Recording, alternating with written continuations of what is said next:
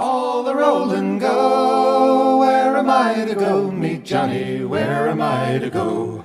For I'm a young and a sailor lad, and where am I to go?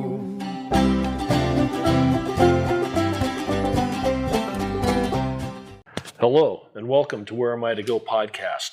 This is number 3 in St. Joseph with Sarah.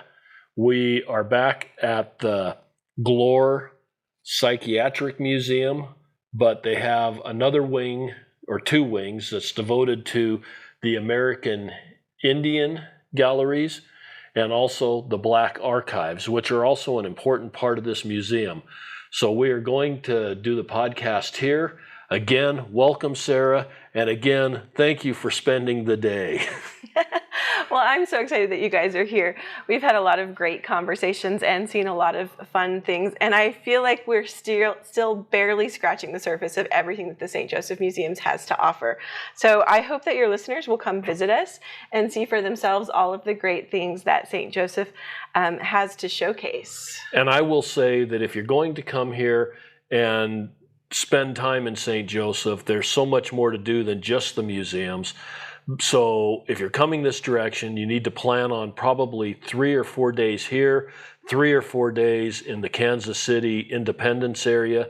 This is just such a phenomenal area, and I am going to have to come back because I'm just flabbergasted by what history is here and what sights there is to see. Just driving around through town is phenomenal. So let's get going on this and let's see what you have to offer with these museums. Absolutely. One of the things I was going to say is we had a terrific lunch today at Boudreaux's, and we got to go see the Missouri River. We have some amazing bed and breakfast here in St. Joseph. So if you're looking for a place to stay, I recommend some of our historic homes that have been converted into bed and breakfast. Some of those mansions that we saw? Yeah, absolutely. Really? Yeah. They're beautiful. And you can go through the mansions while you're staying. Yes. So really get that experience of what it was like to live in the 1800s. No, Linda, we can't ditch the camper and start staying in the Airbnbs. Bring our dogs with us. I'm sure that they will work that out. So we are standing right now in the crosswalk to head from our north building to our south building at the St. Joseph Museum Complex. And in the crosswalk, we have McKinney Hall American Indian portraits that are part of the Harry George collection. And what these McKinney Hall portraits show are some of the dignitaries from our native tribes that would go to Washington, D.C. And talk to the U.S. government and negotiate treaties. And while they were there, they had their portraits painted. And so you can see a whole lot of their dress, their culture, what they were wearing when they would go to Washington, D.C. Their hairstyles, their tattooings. Some of my favorites are, of course, the Iowa tribe. This is one of the chiefs of the Iowa tribe because those are the local tribes that were here in St. Joseph when our European settlers came. They're still very good partners with the St. Joseph Museums today, so we work with them pretty closely. We just helped install an exhibit at their new Iowa Mission Museum. And there's probably 75 portraits in that wall, everybody dressed in their native tribal attire and the hairdos and all that kind of stuff. Yeah, it's pretty neat to see the material culture that you can find in the McKinney Hall portraits. So over here we have a little bit of a lineage of the Iowa or Iowa. And interestingly enough, Joseph Robidoux, who's the founder of St. Joseph, he married an Iowa woman, and his daughter, Mary Many Days Robidoux, became the wife of Chief Mahaska or White Cloud. Mahaska the Elder and his wife, Flying Pigeon, traveled to the courts of Europe with 14 Iowa Indians and a gentleman by the name of Geoffrey de Royne. And when these 14 Iowa Indians were in France, they actually were gifted these dueling pistols by King Louis Philippe of France in 1844. Oh, really? They are in a very nice case, both of them muzzle loaders, both of them percussion, but they were set up just for dueling. Yep. So that was a fun gift that came from the King of France. Did he find somebody to duel with, or did they? Not that I know of. So the St. Joseph Museums has a really large American Indian collection. A lot of it was collected by a gentleman by the name of Harry George. He was a textile broker here in St. Joseph, and he amassed his collection by using the railroad lines. And so he was trading across the United States, and he set out to collect items from every Native American linguistic group at that time. So he had identified something around 40 different language groups that he was collecting all kinds of objects and items from. So in this exhibit, what we've done is try to replicate what Harry George was doing. And so we've replicated the cases that he had the items on display at in his house. And so here is a display of cradle boards, just as he had it on display in his house. And over here in the picture, you can see what that looked like. So all different kinds of cradle boards from different types of tribes. And this is like an 8x8 windowed area that has all of the cradle boards behind it, or as I've heard them called, papooses, or things to carry babies in. Anyway, some of them are very large. Yeah. And some of them are pretty small, but it's an interesting array. All of them have beadwork on them. Some of them are made of cloth. Some of them are probably, well, maybe they're all made of cloth. Awesome. That one's leather down there. That one's leather. So some of them are leather. Yeah. Wow. That is interesting. And then a couple of wicker seats. So we have some very important pieces in our collection. We have a Datsalali basket. Datsalali was known as the queen of the basket makers. We also have a Stephen Standing Bear pictograph.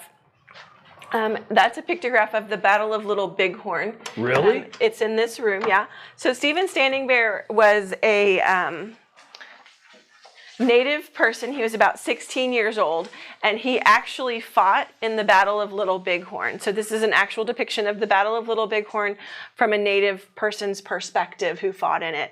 So up here you have Last Stand Hill. They're pushing the U.S. cavalry down into the deep ravine, and then they're taking the horses off to the side. Here's a river at the bottom, and then there's the encampment of the Native tribe down below it. So this is an actual depiction of the Battle of Little Bighorn made by Stephen Standing Bear. Wow. Now, was he a scout for Custer, or was he in the... No, he fought... he was fighting from the Indian side. Yep. Wow. His Miniconjou. That's impressive. Yes, and very valuable piece. There are probably only about 6 of those in the entire world. So we're really fortunate to have them. All of them are unique, but I think he only made about 6 of those. That's a very interesting perspective, too, because it's not the one where Custer's on top of the hill with his pistol firing as Custer's last stand. It's kind of like Custer's last scaredy cat. It's definitely showing the battle. From a different perspective. Yeah, from the different perspective. Now, if you go to the battle, or to the Little Bighorn Field, I think it's the second weekend in June, you can go to the white version of what happened as far as a reenactment, and then you can go to the Indian reenactment, and they're very different far as sitting and watching what they thought, the different perspectives of it. Oh, wow. We have a large selection of Northwest Coast items in our collection. A lot of them come from a gentleman by the name of W.H. Case, who was collecting up in Alaska. And Harry George purchased a lot of items from him. So we have some masks. We have a Chilkat blanket with a bear design. Wow. Again, those masks are really cool. They're like totem pole faces. Right around the time that Harry George is collecting, the railroads are just getting up into Alaska, and so that collecting is kind of starting to open up from there. And so he was able to get a lot of his collection at that time.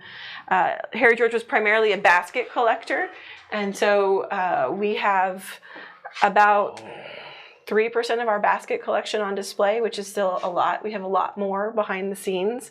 But he was initially set out to collect a basket from every Native American tribe. And then he realized at some point that not every tribe made baskets. And so he started collecting pottery and beadwork and things like that. There are some interesting looking woven baskets in here. There's one that looks like a upside down hat with 3 cases up above it that looks like somebody's hair bun that was like in the old, what do they call that hairdo that went way up? Yeah. Beehive. I want to call it a fondue, but it's not, whatever that thing was. Like a beehive. Yeah, okay.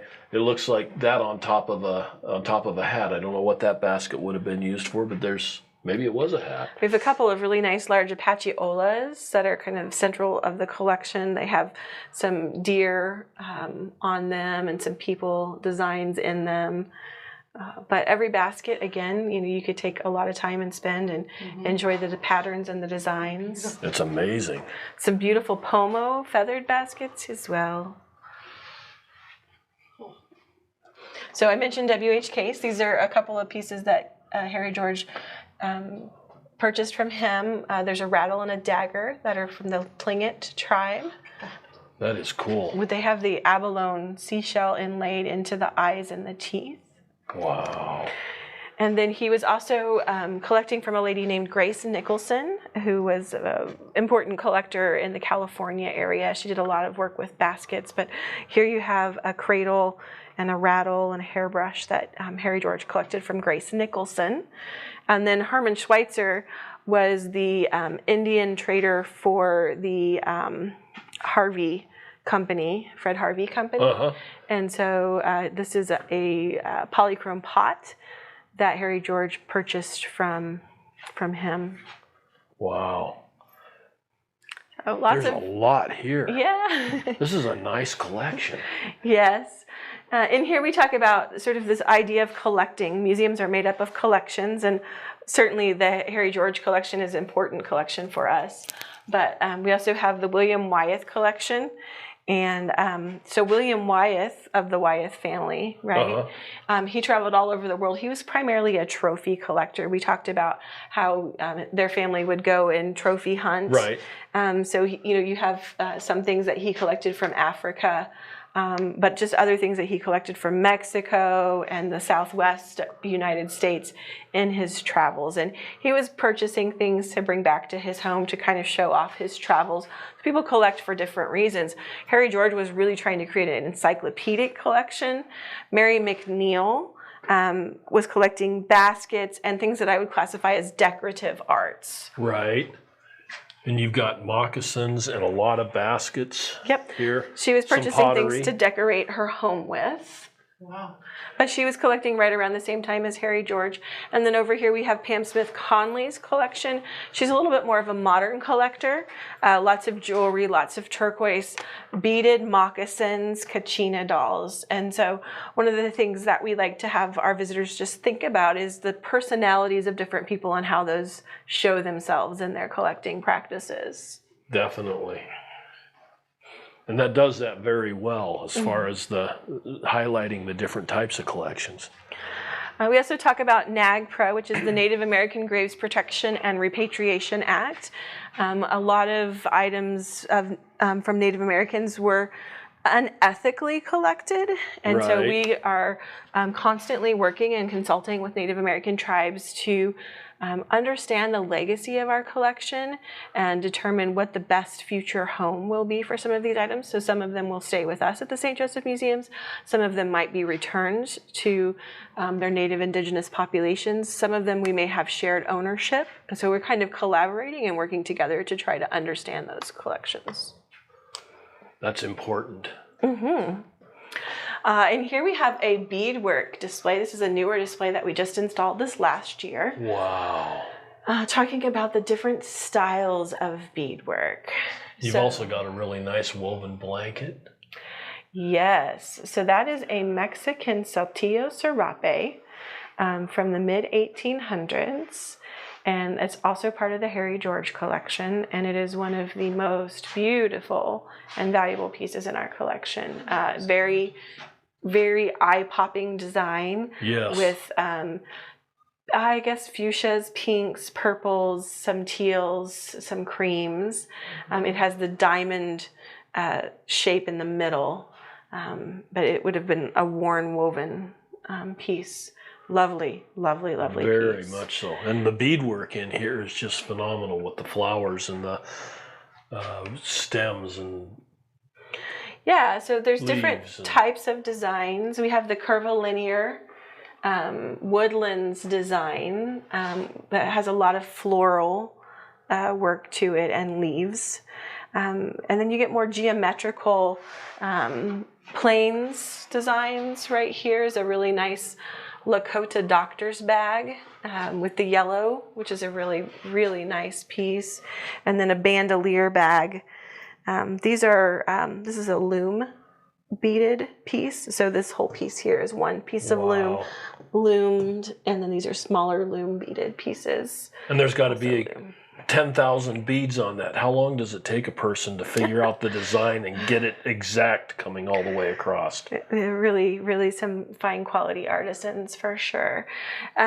We always associate beaded items with Native American culture, but Native Americans did not have beads prior to contact with European settlers. And so prior to contact, they were often using porcupine quills. So in the hallway, we have some porcupine quill things. And that was how they were making designs. But then, of course, once the glass beads come to them, and they're using them to trade, and they're very excited about working with them. A lot of this very finely done beadwork comes after Native peoples are forced onto reservations. Right. And so they're making items to sell or to use at their powwows. And a lot of them have cultural significance. This is interesting on this piece because you see the American flags Oh, yeah. woven into And the this neck. is a little kid's, Jacket. yeah, buckskin jacket with a lot of beadwork on it. And there's It a is. little bee design in the Santee Yes. Sioux vest. So again, lots of terrific details.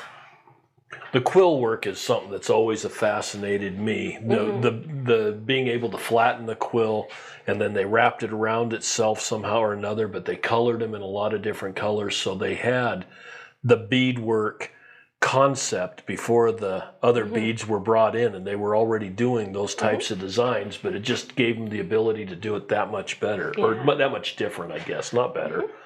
Yeah, so as we said, some of these, there was a lot of, forced assimilation on Native peoples. There was forced relocation onto reservations. So over here we talk a little bit about Indian schools. We talk a little bit about the massacre at Wounded Knee and how some items were collected. So these are said to be ghost dance shirts, this one and this one. Oh, wow.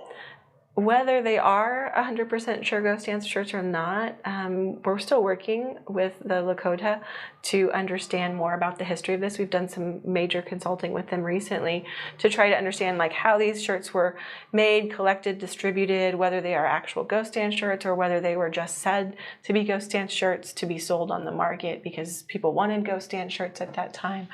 Irregardless, the history of the ghost dance movement is really interesting. And fascinating to think about and understand how tragic that event was. Yes. And then you have the education thing that you were just saying. There's a quote up here. I thought I was on the bus to boarding school because my mother didn't want me anymore. But it was hurting her too. All the mothers were crying. Floyd Red Crow, Westerman, student at Wapton Indian Boarding School. And then... Yeah, so the boarding school movement was different in different areas, and some of them were definitely harsh, and a lot of Native children died because of the conditions.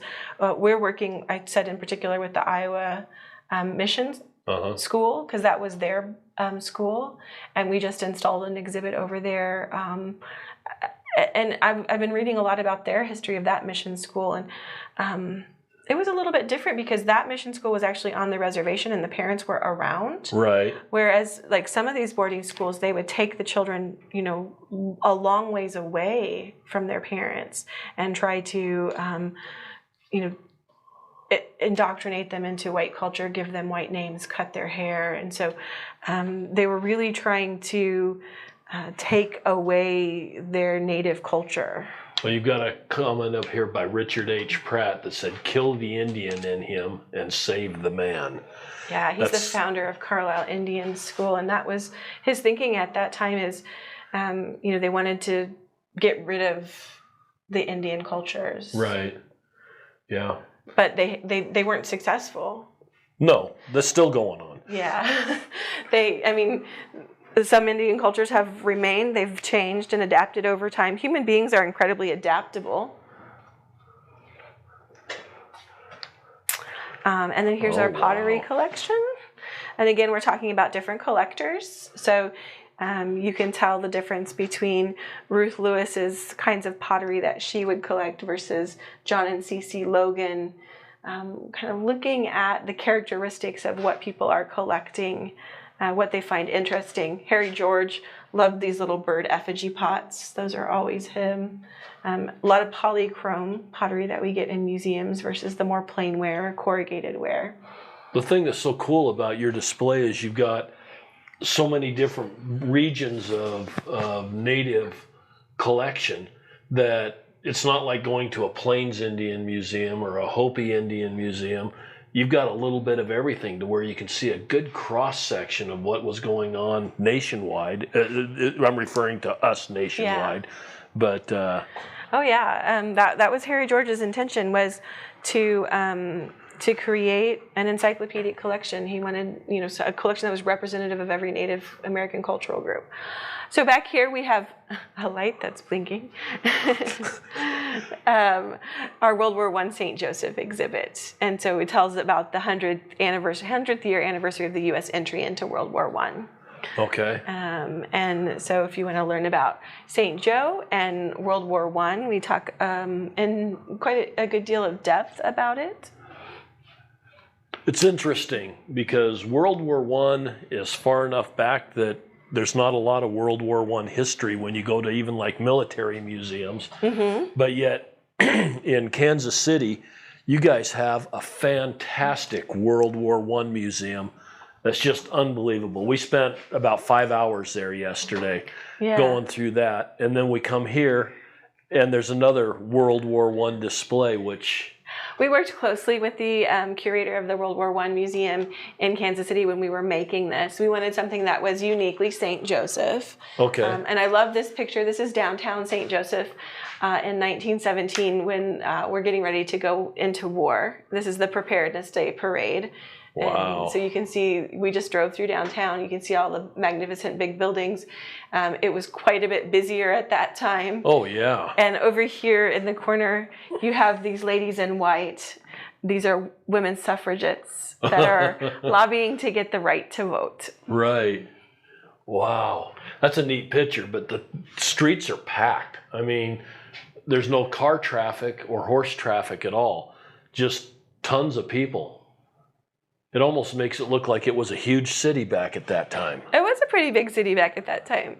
And then over here we have trenches. So if you're interested in World War I history, it's a great place to come and just take a look and learn about our history. Missouri in particular, we sent a lot of Missouri mules overseas, because that's one of the things we're known for. And of course the Wyeth Saddlery Company was making a lot of harnesses and things to go overseas as well. So we did have a lot of manufacturing that was contributing to that particular war effort. Of course, World War I is the first really mechanized war. And, things like airplanes and tanks and gas masks and bombs are machine new guns. Things. Yeah. So after that war, we have the lost generation because it was just such a brutal war. Right. So one of the things that we have on display in that exhibit is these pressed flowers that came back from a soldier in St. Joseph. And after the war, they go out. It had disturbed all the soil, so the flowers in Europe pop up like Flanders Field, And so you can imagine this soldier that's been in the trench warfare and under fire coming out and seeing these flowers and picking them and putting them in a book and coming back to St. Joseph and just like pondering this really brutal war. Right.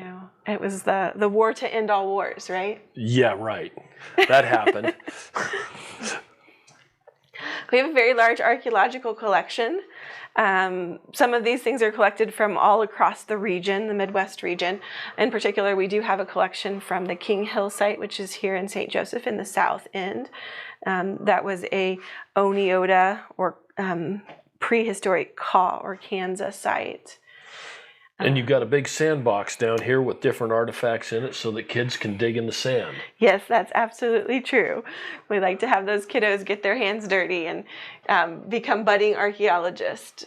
So some cool. really, really beautiful pottery, an amazing lithic collection. As I say, you could spend hours and hours and days upon days here learning. I've been spending 10 years here and I'm still learning stuff every single day. And I'm just absolutely amazed at how much you know about every single one of your items in here. I'm still learning. Yeah, but it all comes off the top of your head. I'd be stumbling the whole time. So as we make our way down the other wing here, we are going to encounter the Black Archives Museum. And we start the Black Archives Museum with the story of the Sankofa bird, which is an Akan word from Ghana. And it means we must reach back to the past so we can move forward into the future. So the Sankofa bird is this wise bird that harvests the seed from behind as well as moving it forward to the front. And that's kind of what we want to do with the Black Archives Museum, is understand our history so that we can move forward productively into the future. So we talk about Africa,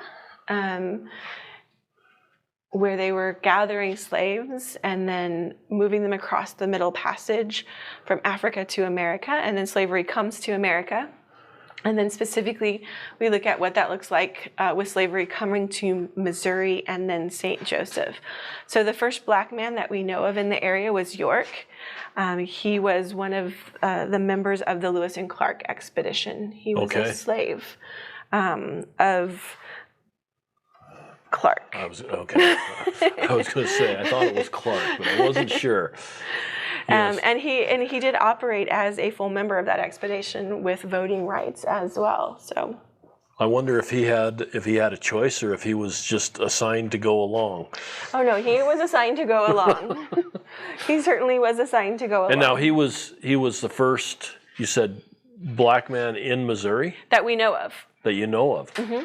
Yep. Wow. Yep. Was Missouri already kind of settled at all when Lewis and Clark started on their expedition, or was it still pretty wild territory? This part of Missouri certainly was not. It was very, very wild. Now we would have had lots of native peoples here. Right. Yeah, but not very many Europeans. But Lewis and Clark hit like St. Joseph at the beginning of their journey up the Missouri River. Yep. And then followed it all the way up into North Dakota, South Dakota. Yeah. Okay. Yep, they come right through here. Wow. And then we talk about Missouri as a pivotal border state. So that's one of the things that makes Missouri so interesting when we talk about slavery, is we're one of those border states. And so if you go to Iowa, Kansas, Nebraska, right, we're right on the edge. And all of this is free territory. So when we were standing down at the Missouri River today, thinking about us here in Buchanan County, just crossing that river meant you're in Kansas, you're in free land. And so it's pretty interesting what that looks like. They could see freedom. They could see freedom, literally, yes. Now, was the Dred Scott decision because of a Missouri or because of a Mississippi slave? Do you remember that? I feel like it's Missouri. I was thinking it was, but I don't remember. And the Dred Scott decision basically was a Supreme Court decision saying that if a slave escaped, like crossed the river, you could go get him and bring him back because he was still considered your property because he came out of a slave state. Yeah. So prior to Dred Scott, so Dred Scott happens in 1856. Okay. When Joseph Roubidoux comes to St. Joseph, he brings with him a slave named Jeffrey de Royne. Okay. And Jeffrey's pretty young. He's like a teenager when he first gets up here.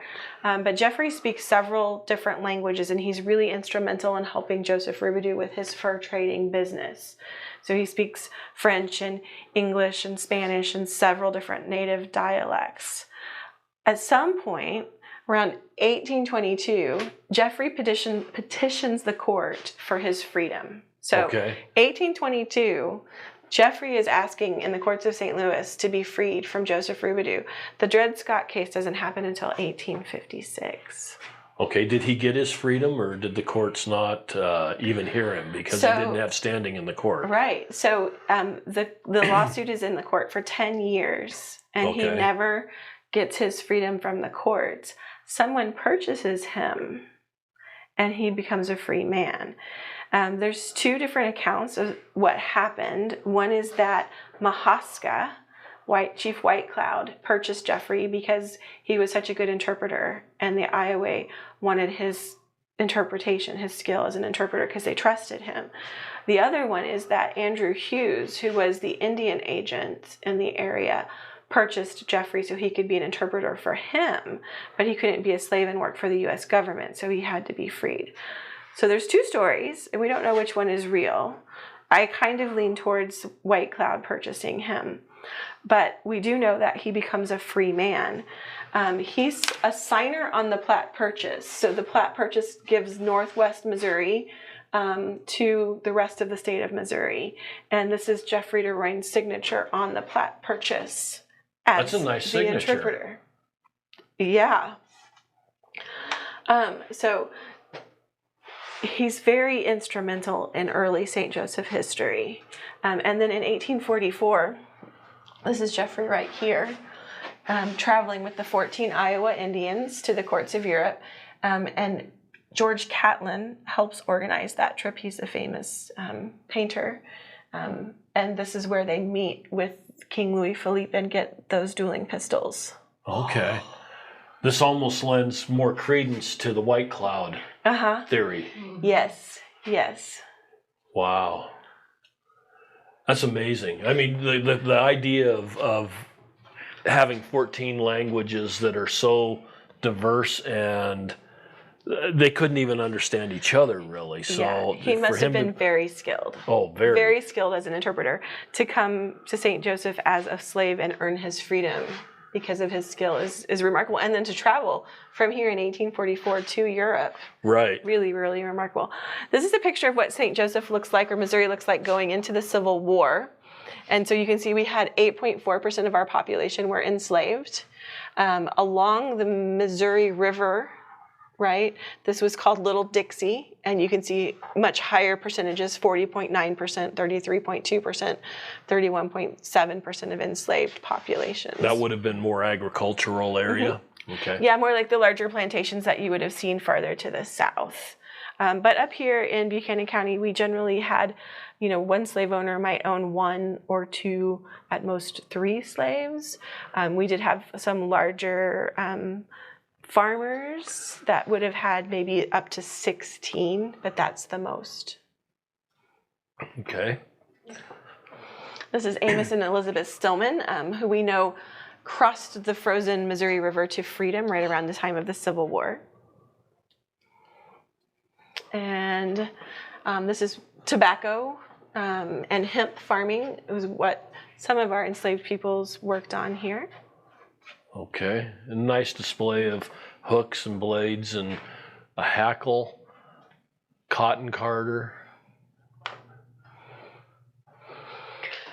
And then a map of where we know slave owners lived. So we don't know where the slaves were actually living, but we can basically infer that if they had slaves, they would probably be living with their owners. And so we do have, from the tax records, we know who owned slaves and how many slaves basically. Was that kept track on the census records also? Not on the census, it was on tax records. On tax records, Mm-hmm. Okay. Yep.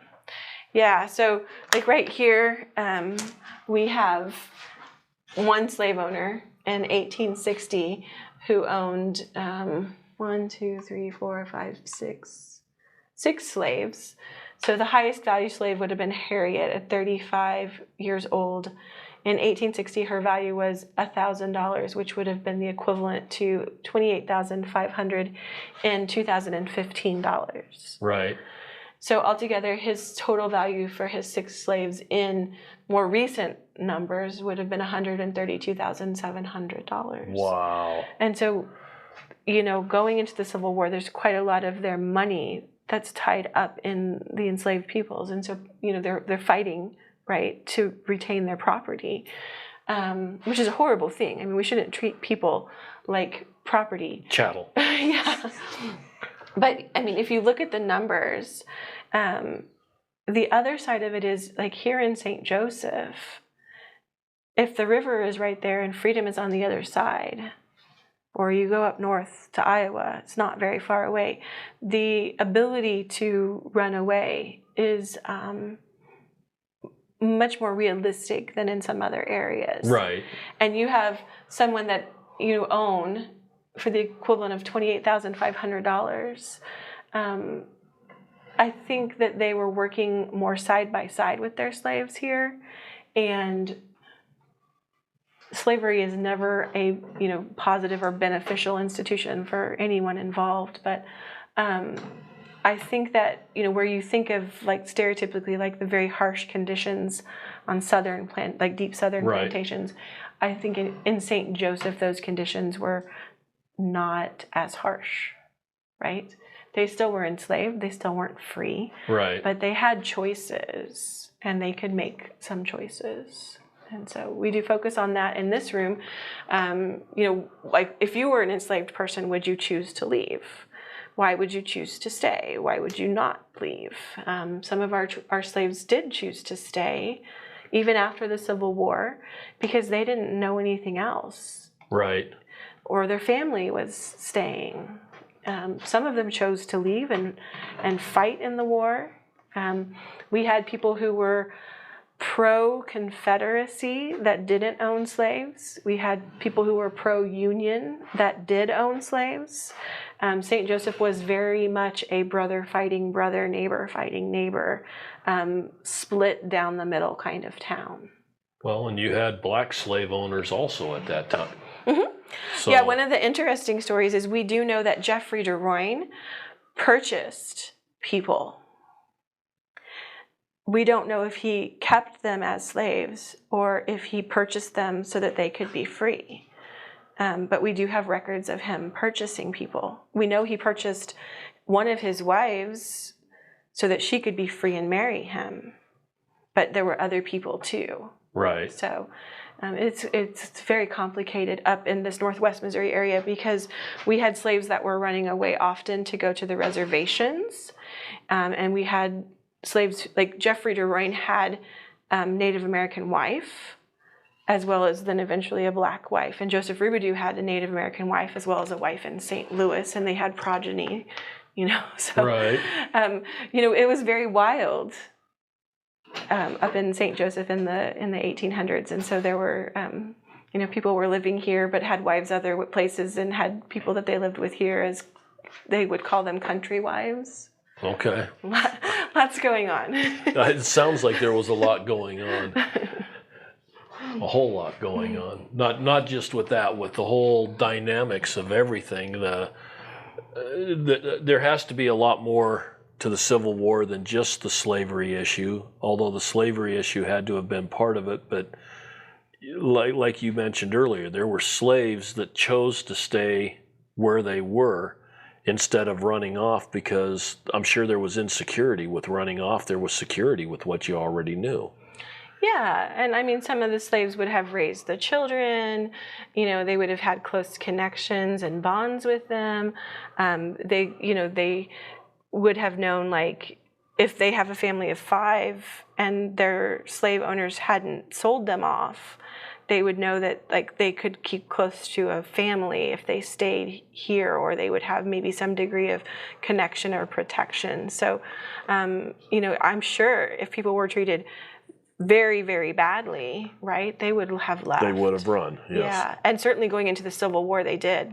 Everything kind of comes up in the air. But I do think that it was just really complicated in these border states, much more than we often think about how complicated it could have been. Because it's easy to say, if you're enslaved, that you're going to go on the Underground Railroad and run off to freedom, right? That's a really romantic idea, the notion that you're going to do that.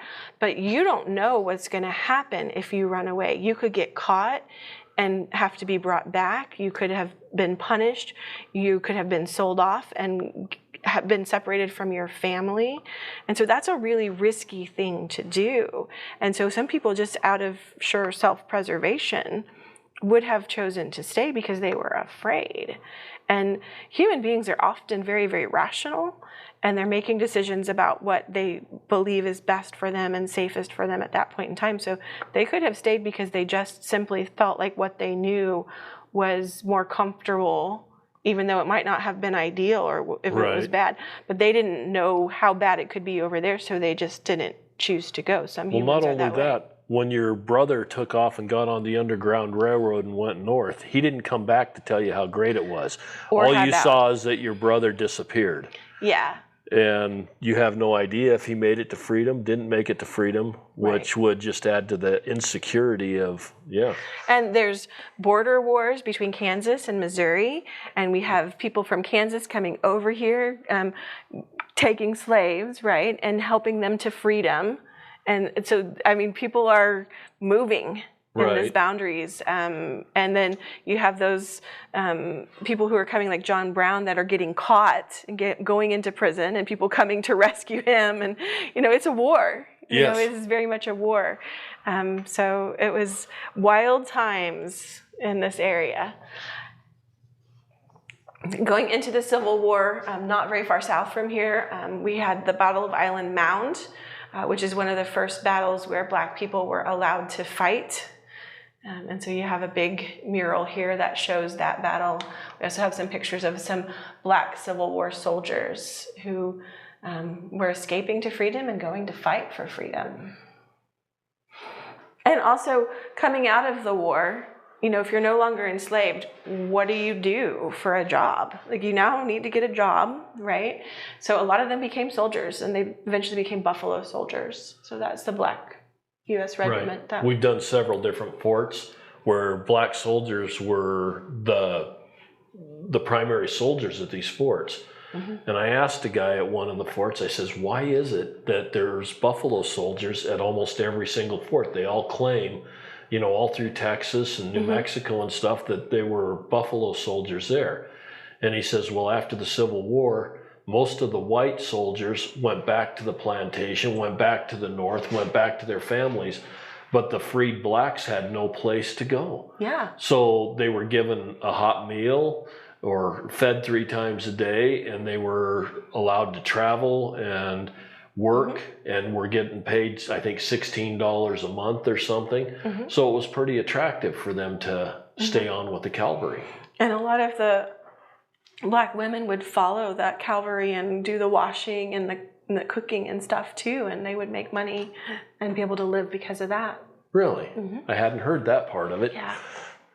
Because, I mean, all of a sudden, like, what are you supposed to do?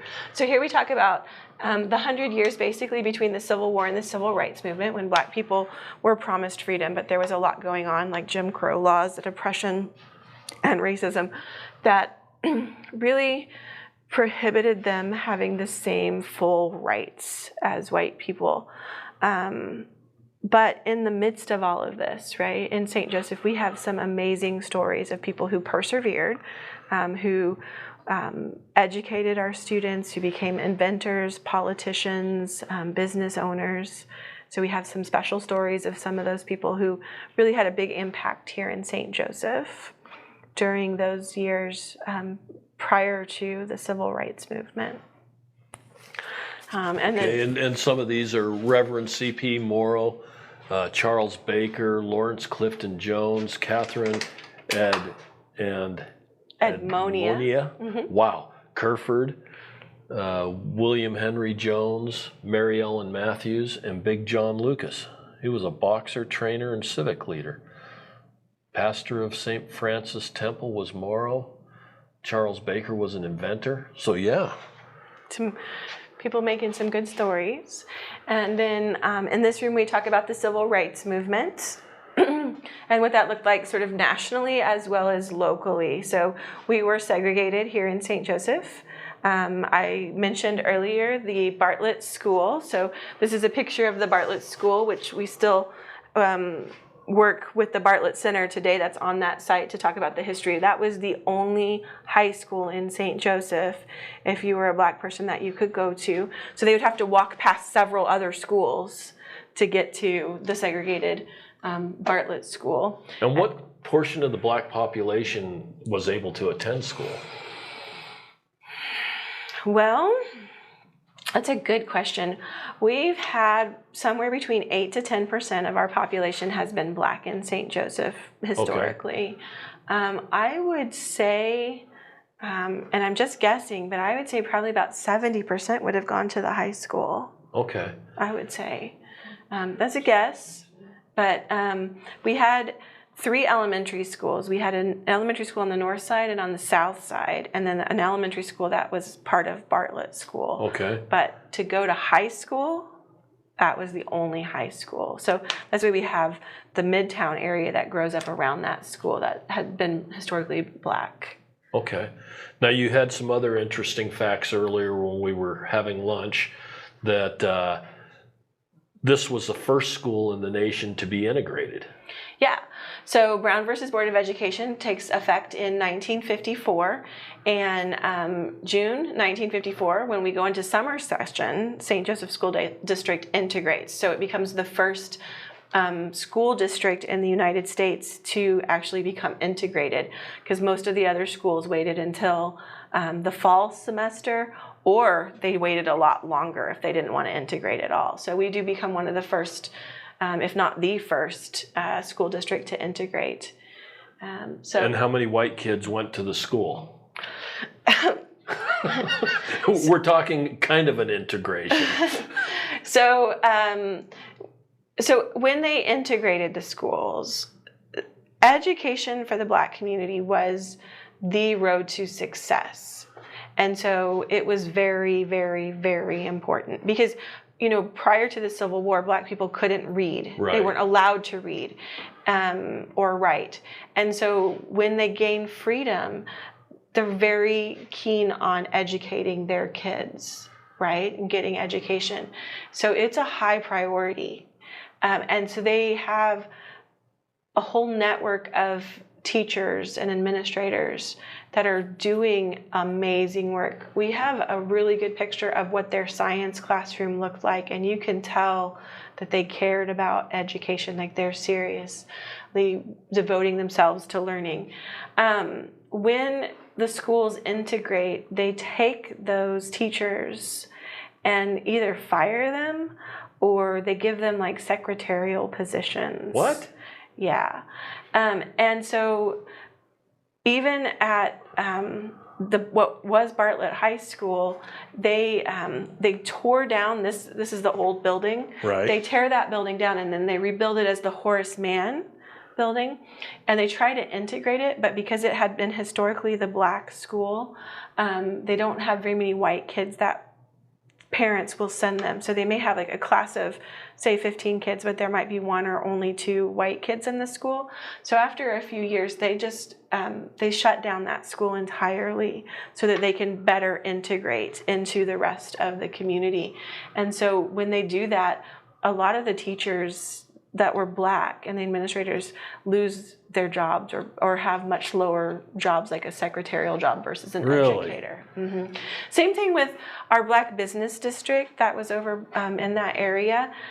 When things were segregated, the Black community would support those business owners. But when we have integration come about and they can go anywhere, we started to lose some of those particularly Black businesses in that area.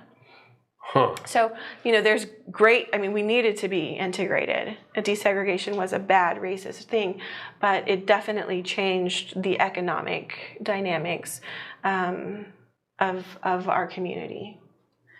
And not trying to downplay it at all, but there was a lot of segregation that happened amongst different groups of people. I mean, you go to the old coal towns and you have the Irish area, the German area, the Swedish area, And so there was already a lot of that type of integration or segregation going on. The blacks was a different story, but that mindset was part of a mindset, I think.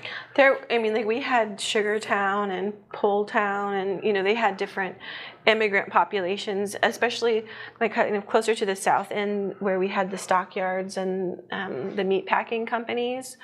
But where you have people who appear more white, they had greater upward mobility or opportunities to pass, as something not colored, whereas the black people did not have the same degree. Well, there was such a difference in markings, between white skin and black skin that would have been a bigger point, but. Yeah, it was much easier to really discriminate. And so, like here in St. Joseph, when we talk about redlining, I told you earlier, 78% of St. Joseph was redlined for whatever reasons. Okay, now what exactly is redlining? So redlining was a basically policy that went through communities and found what neighborhoods were favorable to invest in and what ones weren't. Okay. And so sometimes that would have been based on race. Sometimes that would have been based on other things. And why in St. Joseph we have 78% of our community redlined, which makes us like the top third city in the United States with such a large percentage of our community redlined, I have no idea. But I can tell you that there are some areas of St. Joseph in particular that were redlined based on race, and the Midtown area in particular, which is where the Bartlett High School was, which was historically black, is redlined because the area contains the heaviest black concentration of St. Joseph. There's also a reasonably large number of foreigners. Okay. So what happens when you give them this red designation, this D, hazardous grade, is that when you're trying to get a bank to give you a loan or a favorable interest rate, it's much harder if you have a house that's in a redlined zone. And the effects of redlining in cities across the United States can still be seen today. So areas and cities that were redlined back in the 1930s and 40s are still often very impoverished today because people couldn't buy and invest in and own their own homes. Oftentimes they had to rent, or if they were buying their homes, their interest rates were very, very high. So it leads to a cycle of poverty in these areas that still impacts us quite a bit today. And we do see that in St. Joseph with a lot of our architecture.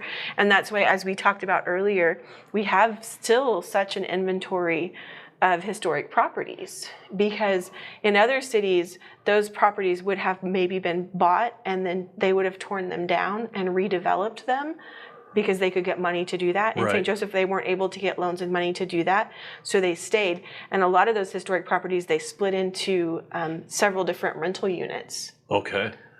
And so it became more of a kind of a low-income housing, and then now people are trying to go back in and buy them and rehab them.